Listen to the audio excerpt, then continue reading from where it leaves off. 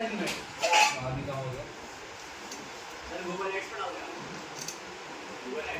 X last का topic देखा था। आप बात करते हैं स्कीमा, क्या बात करते हैं हमारा स्कीमा। स्कीमा में अगर आप डिफाइन करोगे कि ये आपका पेज किस टाइप का है, वेब पेज है, आइटम पेज है, अबाउट अस पेज।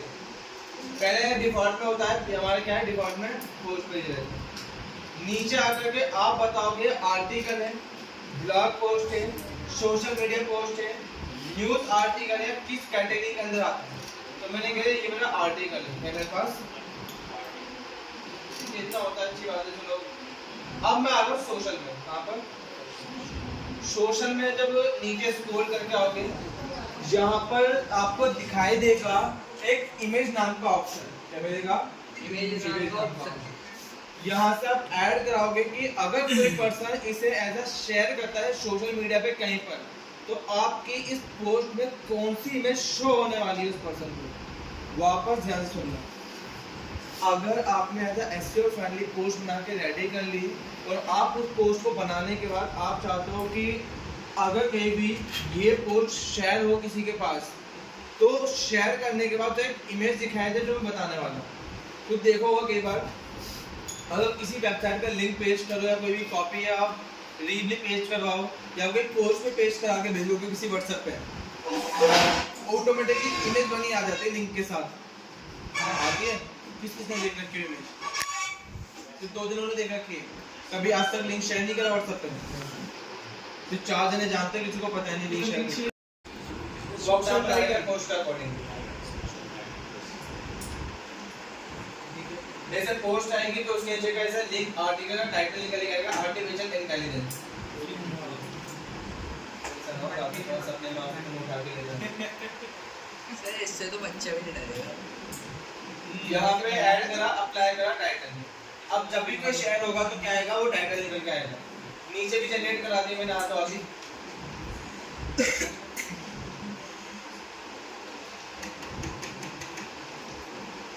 जनरेट करा है। यही मेरा पोस्ट का डिस्क्रिप्शन।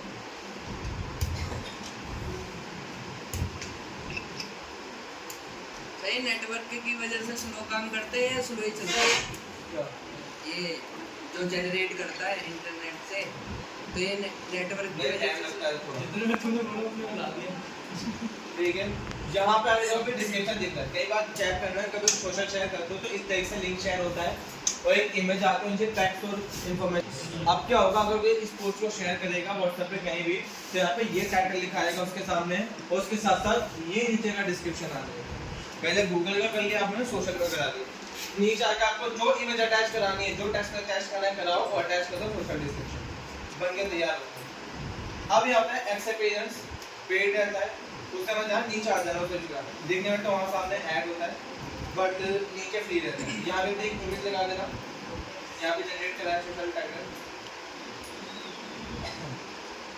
सर नेक्स्ट इमेज मतलब ये वही आर्टिकल की तरह होता है,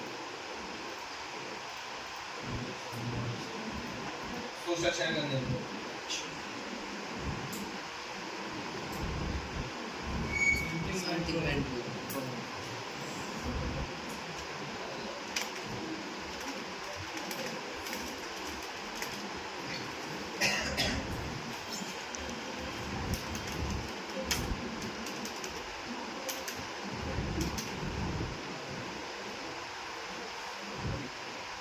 डिस्क्रिप्शन मैंने अप्लाई कर दिया, पढ़ के जो अच्छा लगा तो अप्लाई कर देना। अप्लाई करते ही डिस्क्रिप्शन तैयार।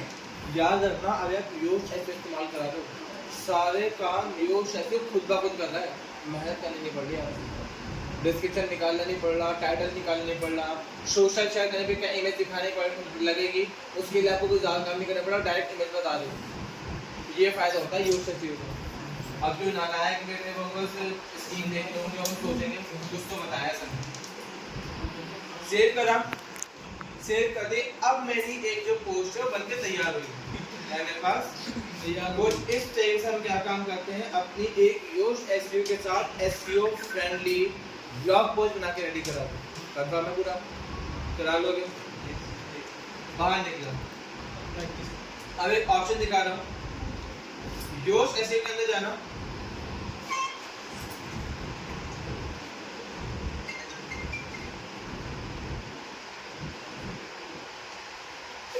योस्ट एसईओ में नीचे स्क्रॉल करा,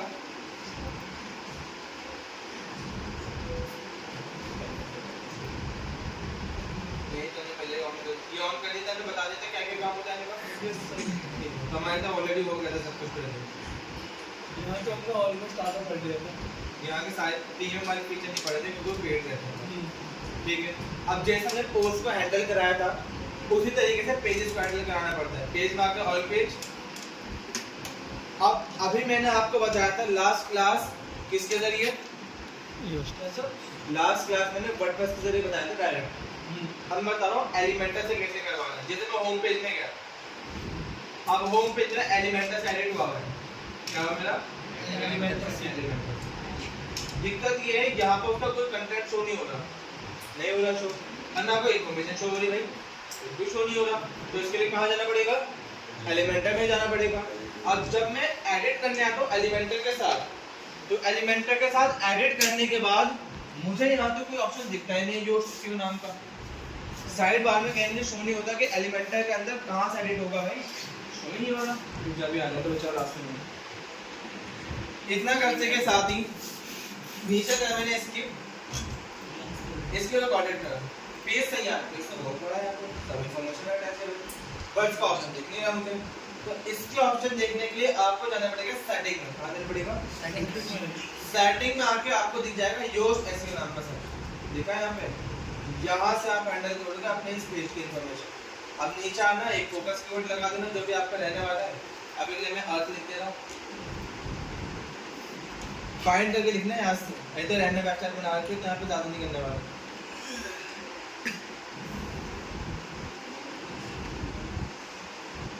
ठीक है, अब यहाँ पे कुछ कमी है इंट्रोडक्शन में डालने की, मेटा डिस्क्रिप्शन, लेंथ वगैरह, वो आपको नीचे मिल जाएगा। स्कीमा भी ये रहा आपका, टाइप क्या है इसका, वेब पेज, ये डिफॉल्ट के नाम डिफॉल्ट में वेब पेज ही लगा हुआ है हमारा। नीचे आकर के इसका टाइप क्या है मेरा, पोस्ट में है नहीं, एडवांस में है, ये रहा रोबोट टीएसटी मिल गया। इनमें आपको कुछ काम नहीं करना, छोड़ो। यहीं पर आप थोड़ा स्क्रॉल करके देखना, सर्च अपीयरेंस, जहाँ आना सर्च अपीयरेंस में ये मिल जाएगा डिस्क्रिप्शन। ठीक है, एक डिस्क्रिप्शन बना देना फिलहाल के लिए, मैं तो ऐसे बना दूँ।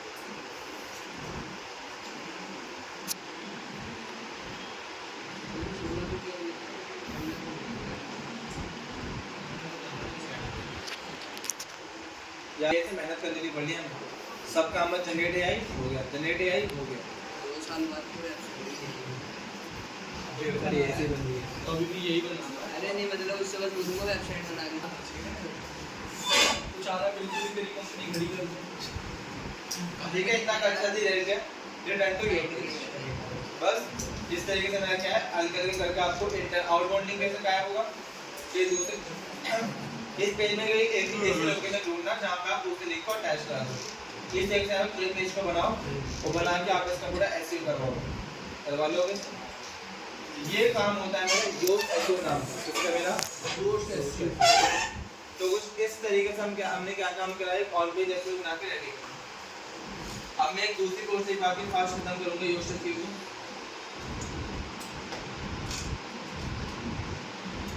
वर्डप्रेस में क्या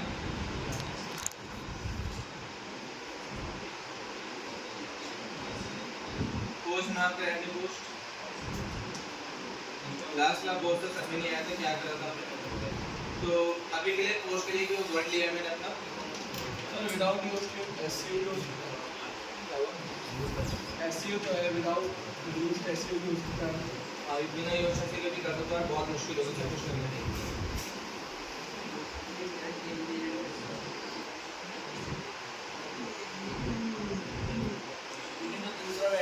विदाउट योस्ट एसईओ उससे बेटर है योस्ट।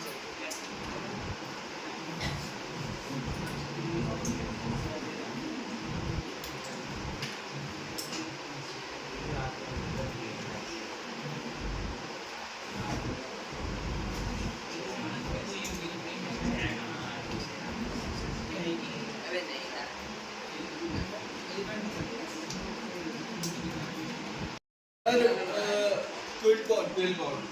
ये वेबसाइट हमारे एआई से ह्यूमनाइज में कन्वर्ट कराती है एज अ कंटेंट को हमारे। ठीक है, कंटेंट डालो, पेस्ट करो, ध्यान से एआई से ह्यूमनाइज कराना। अभी ना दिमाग को से निकल गया होगा, और जल्दी जाके बता दो, और बताओ एआई को ह्यूमन करके दिखा भी दे रहा हूँ। सर इंट्रो भी दे दो इसका। क्या हुआ, एआई को ह्यूमन करना है। बस आपको कंटेंट पेस्ट कराना और करना है ह्यूमनाइज, देन यहाँ पे अगेन पेस्ट कर दिया। अब भी वो अगर ह्यूमनाइज बताएगा तो वापस गए, यहाँ से अपने अकॉर्डिंग वर्ड को चेंज करा दिया। ये बेस्ट है सर, ये तुरंत कर देता है अपने अकॉर्डिंग। अपने अकॉर्डिंग वर्ड को चेंज कराओ, ठीक है। लास्ट की जगह कुछ और लगा दो, पास्ट यूनिट्स लगा दिया, फिर इसकी जगह मैंने डेट लगा दिया, ठीक है। अब थोड़े बहुत वर्ड चेंज करवा दिए मैंने उसके रिलेटेड, ठीक है। इतना वर्ड को चेंज करना, अब मैंने कॉपी करा, वापस आए, देन यहाँ पर करवा दिया पेस्ट। हुआ काम। अब ये बोला है पहले की स्टार्टिंग की इन लाइनों में दिक्कत है, तो बस मैं इन्हीं लाइनों के अंदर चेंज करा दूंगा। पहले पहली वाली लाइन में वुमेन वाली में, तो वुमेन को मैंने चेंज करा दिया, वुमेन कॉपी करा, वापस आए, यहाँ करा दिया पेस्ट, वर्ड ऐड करा, ये लो जी। अभी नहीं हुआ, कोई नहीं, वापस गए, थोड़ा वो मैंने चेंज कराया फिर ताकि वो चेंज हो जाए, ठीक है। इस तरीके से आप पूरा पावर चेंज कराओ उसे। सब कह रहा महिला लिख दो। और कॉपी करा, वापस आए, यहाँ कर दे पेस्ट। तो इस तरीके से हमने क्या काम करा, अपने कंटेंट को एज अ ह्यूमन कंटेंट में कन्वर्ट करा है। अब क्या कह रहा है वो, वापस सीधे चारों बोलूँगा, इसने एआई से ह्यूमन में कन्वर्ट करा है। क्या करा है, एआई यानी कि जो मशीन होती है उसने बनाया था कंटेंट, यहाँ पे पता लगा था, हाँ पे मशीन। वापस आए और यहाँ आकर के इसे काटा और देन इसे हटा के यहाँ देख आती है, हाँ लेते चलो आती है, इतना भी तो नहीं गिरे। नीचे गए। अब यहाँ पर दिखता है एसईओ रेट कितना है उसका। एसईओ यानी कि आपने जो कंटेंट बनाया है वो कितने % गूगल पे दिखने लायक है। एक गूगल जब रैंकिंग में उठाता है तो अपनी क्रॉलिंग के टाइम पे, इंडेक्सिंग के टाइम पे चेक करा लेता है, फिर रैंकिंग कराता है।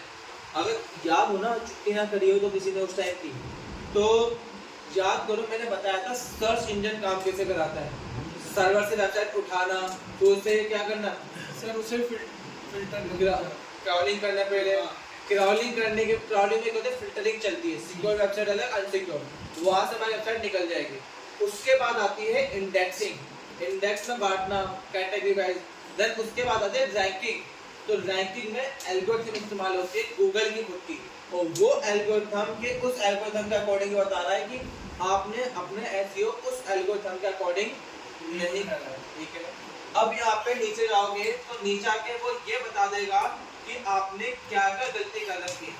वो एल्गोरिथम आपको रैंकिंग में टॉप पे लाने के लिए क्या मांगती है, वो चीजें आप मंगा रहे हैं, ठीक है। आप समझे। अब यहाँ सबसे पहले होगा आउटबाउंड लिंक। आउटबाउंड लिंक होता है एज उसे एक्सटर्नल लिंक भी कहा जाता है सिंपल वर्ड में। आउटबाउंड लिंक कहलाता है अपनी वेबसाइट पे किसी और दूसरी वेबसाइट का लिंक लगाना, क्या कहलाएगा, आउटबाउंड लिंक कहलाएगा। इसके लिए कुछ नहीं करना चाहिए, स्क्रॉल करा, ऊपर आए और यहाँ पे कोई ऐसा टेक्स्ट देखो जिस पर आपको दूसरी वेबसाइट का लिंक लगाना पड़ेगा। अब मैं नीचे स्क्रॉल करा तो साउथ अफ्रीकन टीम है यहाँ पे, वो पाकिस्तानी वुमेन टीम। मैंने एक काम करा, यहाँ पे नीचे आकर के ओडीआई और T20S, मान लो किसी को ODIS का नहीं पता, तो मैं क्या काम करूंगा, जहाँ पर ODIS को सर्च करा और ODIS की ऑफिशियल वेबसाइट से जाकर उसका लिंक करा लिया, क्या करा दिया, और वापस आके ODIS पे लिंक अटैच कर दिया, जहाँ पे वापस लिंक अटैच करा, भूल जाओ तो भी याद ना रहे, सेलेक्ट करके ये रहा, ये हिसाब से देखो लिंक टाइप पे दिख रहा है, इस पे क्लिक मार के देन लिंक पेज करना पड़ता है, फिर लिंक अटैच करना है। लिंक तो पता है क्या होता है, किसी दूसरे वेबसाइट पे अटैच करने के लिए। T20S कॉपी करा, पेज करवा के यहाँ पे करवा दिया सर्च,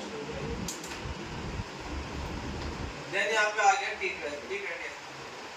किसी को पता नहीं T20 होता क्या है, मैं एक काम करा उसके बारे में इंफॉर्मेशन ली, और यहाँ पे आके उसने कोर्स का लिंक पेस्ट करा। ये लग गए मेरे लिंक्स। इस तरीके से आपको अपनी ब्लॉग पोस्ट में काफी सारे एक्सटर्नल लिंक लगाने पड़ते हैं, यानी कि आउटबाउंड लिंक लगाने हैं। बताओ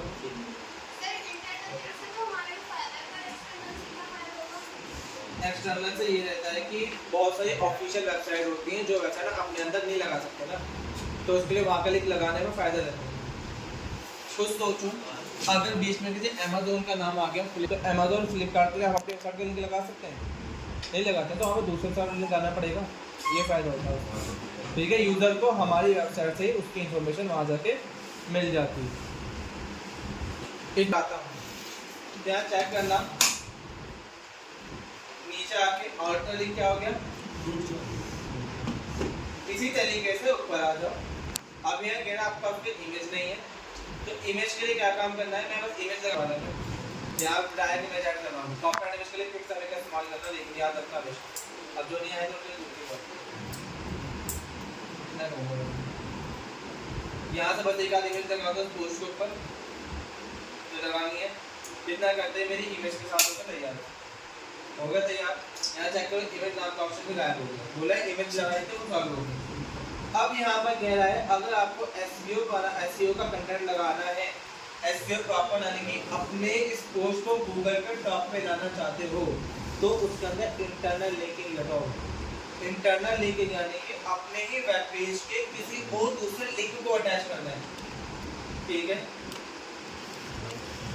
अब मैंने एक चीज चेक करी,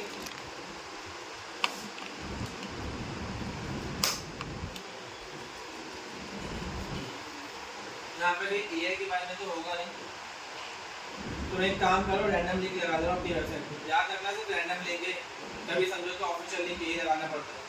किसी भी टेक्स्ट को सेलेक्ट करो, वो से सेलेक्ट करने के बाद अपने पेज का लिंक यहाँ पे पेस्ट करा देना, अपने पेज पे दूसरी पोस्ट का लिंक वापस कह रहा हूँ, अपने पोस्ट के दूसरी पेज अपनी किसी दूसरी पोस्ट का लिंक अटैच कराना जिससे वीडियो करती हो।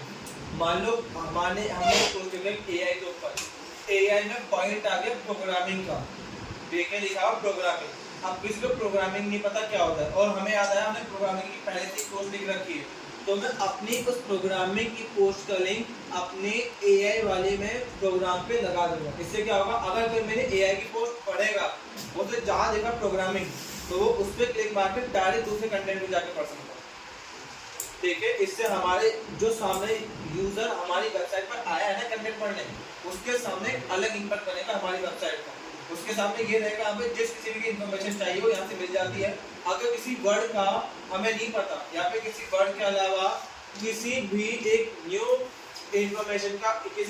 इन्फॉर्मेशन का मुझे नहीं पता, तो डायरेक्ट उन्होंने टेक्स्ट पर लिंक लगा रखे होते हैं, जिससे मैं डायरेक्ट उनकी दूसरी पोस्ट जाकर उसे गेट कर सकता हूँ। तो इससे क्या होता है, यूजर को आसानी हो रही है और हमेशा यूजर हमारी वेबसाइट पर आगे पड़ेगा कंटेंट बिना किसी और वेबसाइट पे जाने के, समझे। ये होता है।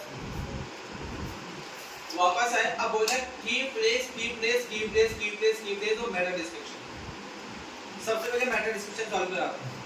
मेटा डिस्क्रिप्शन मिल जाएगा आपको नीचे जाके,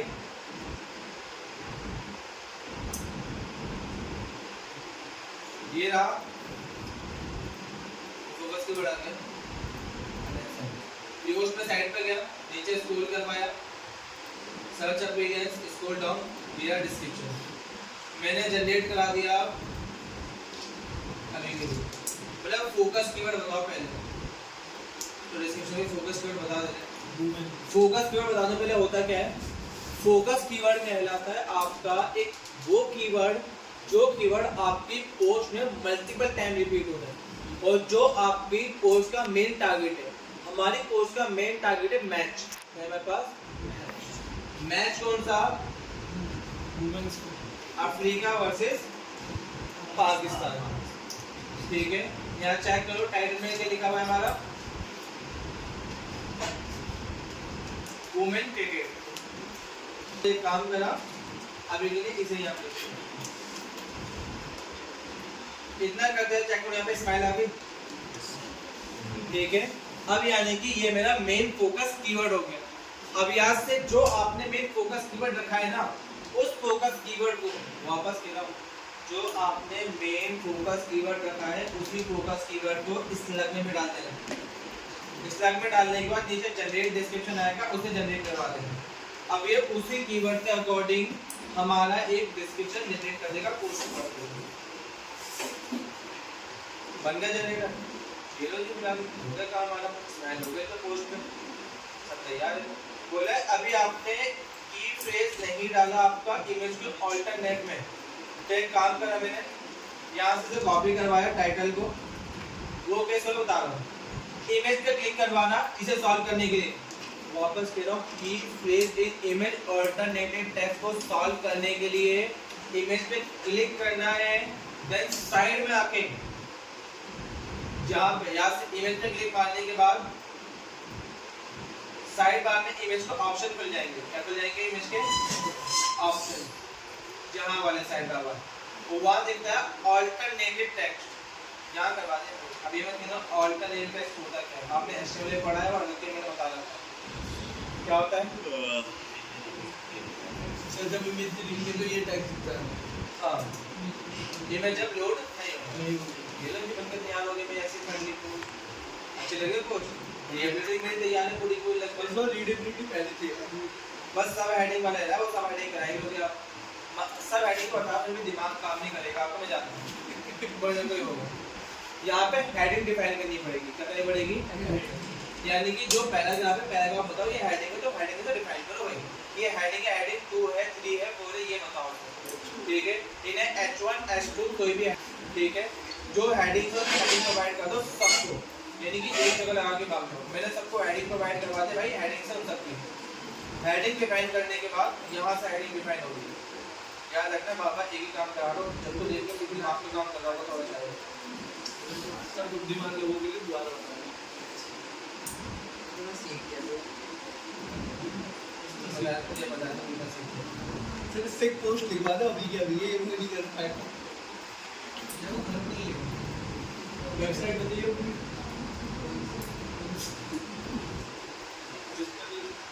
तेरी बेस्ट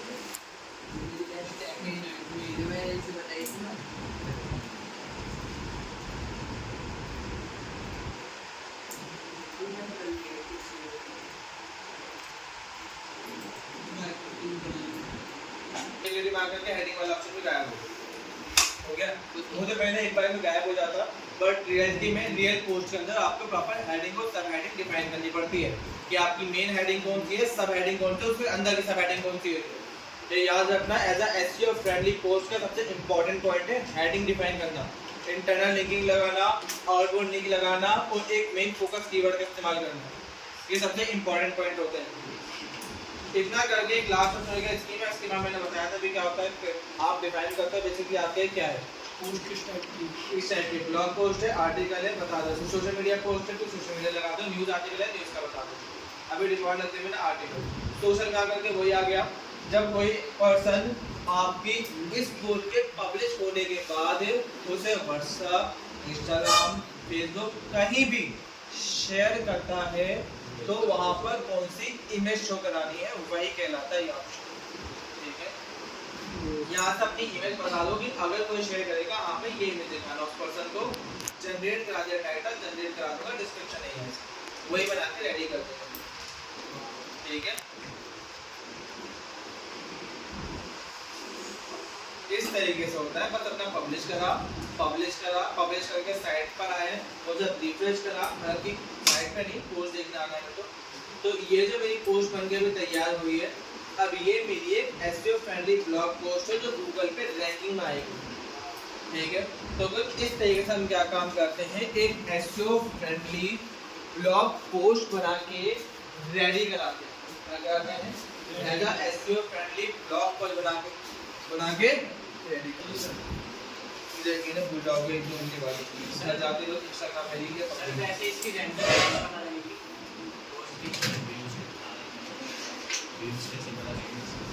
व्यूज को पता लेंगे, व्यूज के मैंने गूगल सर्च का थोड़ा कनेक्ट कर रखा है, वहां पर देख सकते हो, वो ना एक होता है गूगल एनालिटिक्स, वहां से कनेक्ट करके देखो, वहां पर ऑफिशियली दिखते हैं, पापा जो गूगल एड्रेस का नाम वही है,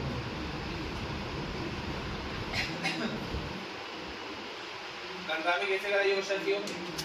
अब एक और दूसरे प्लगइन की बात कराते हैं। ये शर्त को छोड़ दो, वो प्लगइन आपको खुद से करना है।